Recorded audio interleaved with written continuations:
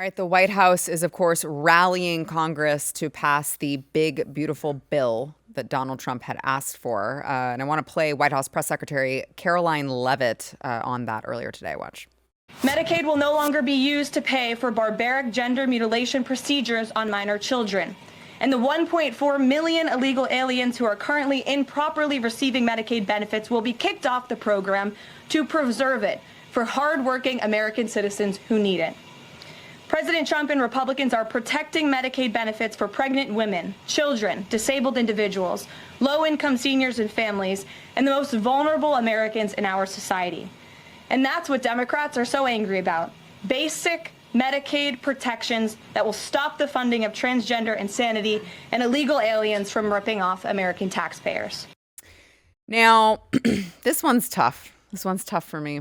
I don't know what I would do if I were in the position in Congress, and I don't envy these people for being in this position because it does have a lot of good things in it. And it does have a lot of things that President Trump campaigned on. According to the White House, they listed like 20 reasons to vote for the bill on X.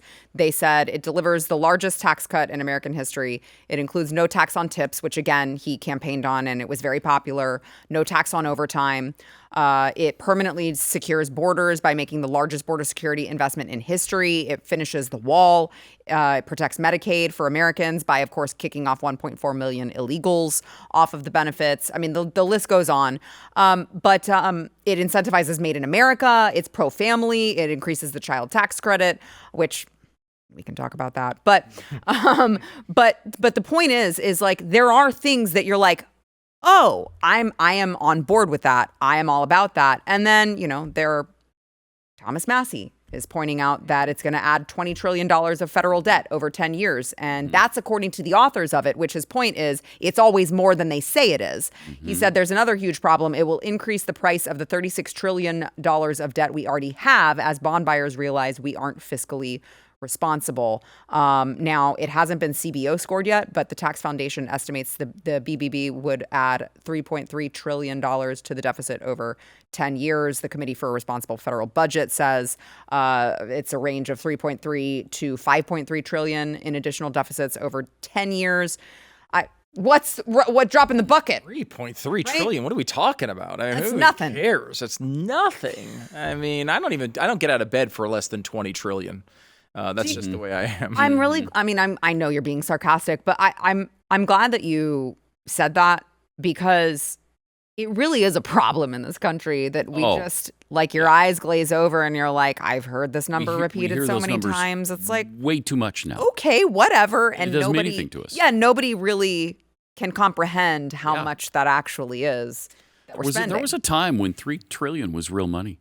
Yeah. But of course, that time has passed. And it's so hard to get anybody to care now, including Republicans. Yep. Many of them, most of them, don't care that it adds $20 trillion to the deficit.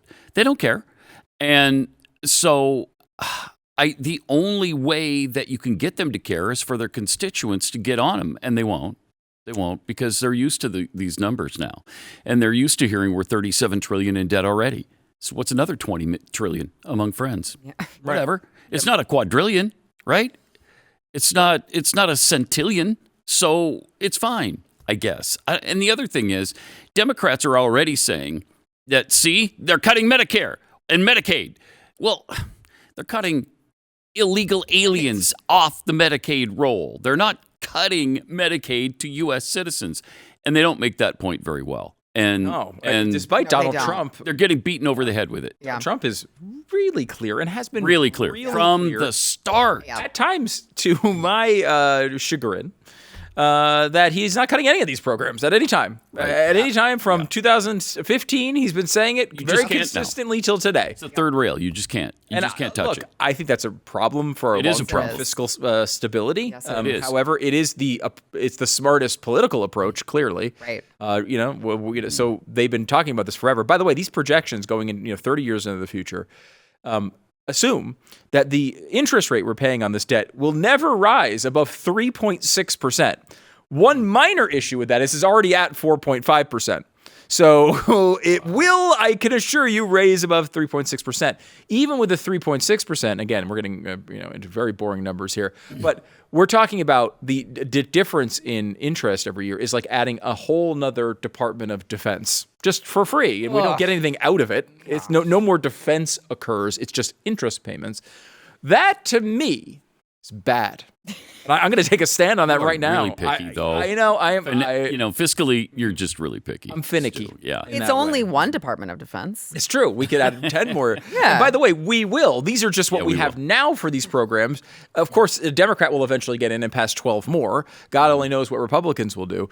We don't care about this. The bottom line of this story is nobody in America cares. Don't care. Nobody cares except maybe the people at this table, and that's about it.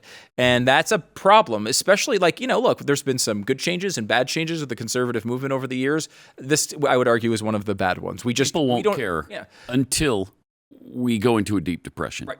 And that's when people will care. And it'll be too late then. What's going to happen then, Pat? You know this from history.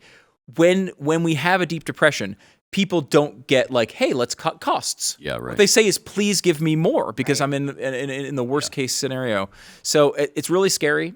This bill in and of itself is going to be very difficult to pass because of all the competing groups. We have time for like a quick run through of these groups because it's fascinating to me. So you have the SALT people. This is the deduction of the state taxes that you pay.